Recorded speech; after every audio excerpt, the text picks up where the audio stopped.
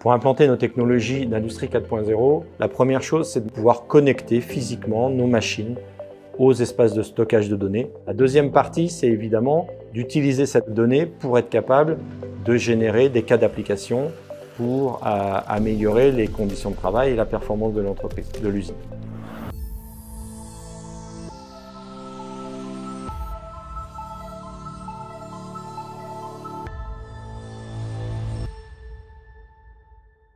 Bonjour, Nicolas Jaunet, je suis responsable de l'ingénierie du groupe Michelin.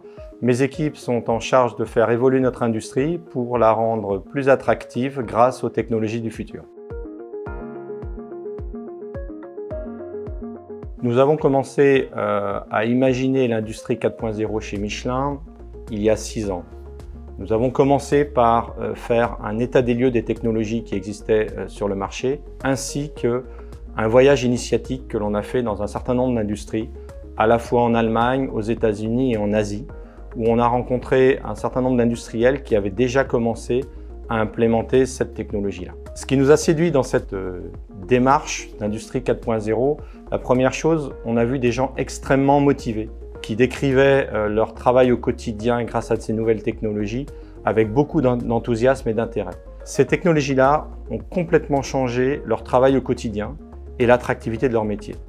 La deuxième chose, c'est qu'on a vu que les industries qui avaient implanté ces technologies d'industrie 4.0 doublaient leur performance annuelle en comparaison à celles qui ne l'ont pas faites.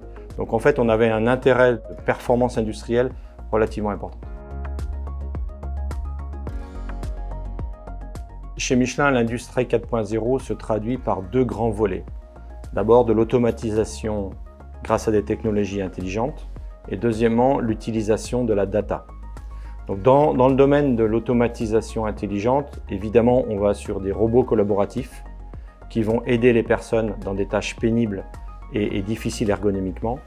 On va vers l'utilisation de la vision, donc la capacité avec des caméras à mesurer, à contrôler des process de fabrication, des étapes de fabrication. Et grâce à de l'intelligence artificielle autour de l'analyse d'images, d'analyser et d'anticiper et de corriger en temps réel le fonctionnement de nos machines. Et le troisième axe autour d'automatisation, il est sur l'automatisation des flux et des transports de matière dans l'usine avec des véhicules autonomes qui permettent de transporter plus efficacement les produits dans l'ensemble de nos usines.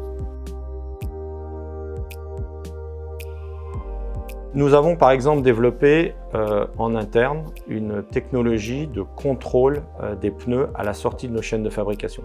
Aujourd'hui, tous nos pneus sont contrôlés manuellement par des opérateurs. Grâce à ces technologies, on est capable de contrôler en temps réel la qualité de nos pneus. Pour les opérateurs, on les allège de ces tâches pénibles qui sont la manipulation des pneus ainsi que le regard précis de contrôle. Et donc tout ça, c'est fait par de l'intelligence artificielle.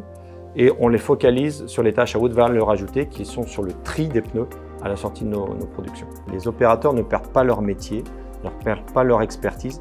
Par contre, les conditions de travail sont beaucoup plus satisfaisantes et moins pénibles. Il y a encore de l'expertise de leur part dans leur travail au quotidien.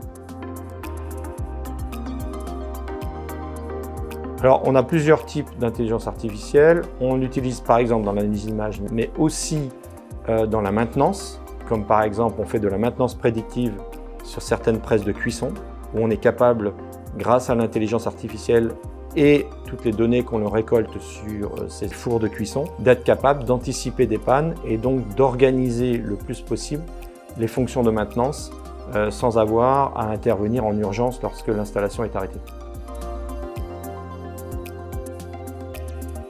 Pour implanter nos technologies d'industrie 4.0, la première chose, c'est de pouvoir connecter physiquement nos machines aux espaces de stockage de données, que ce soit dans l'usine elle-même ou que ce soit dans le cloud.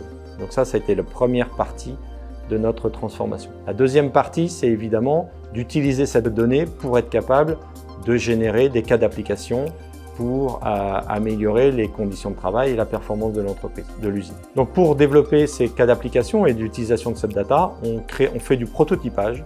On définit des cas d'application que l'on teste dans une usine, dans un environnement restreint.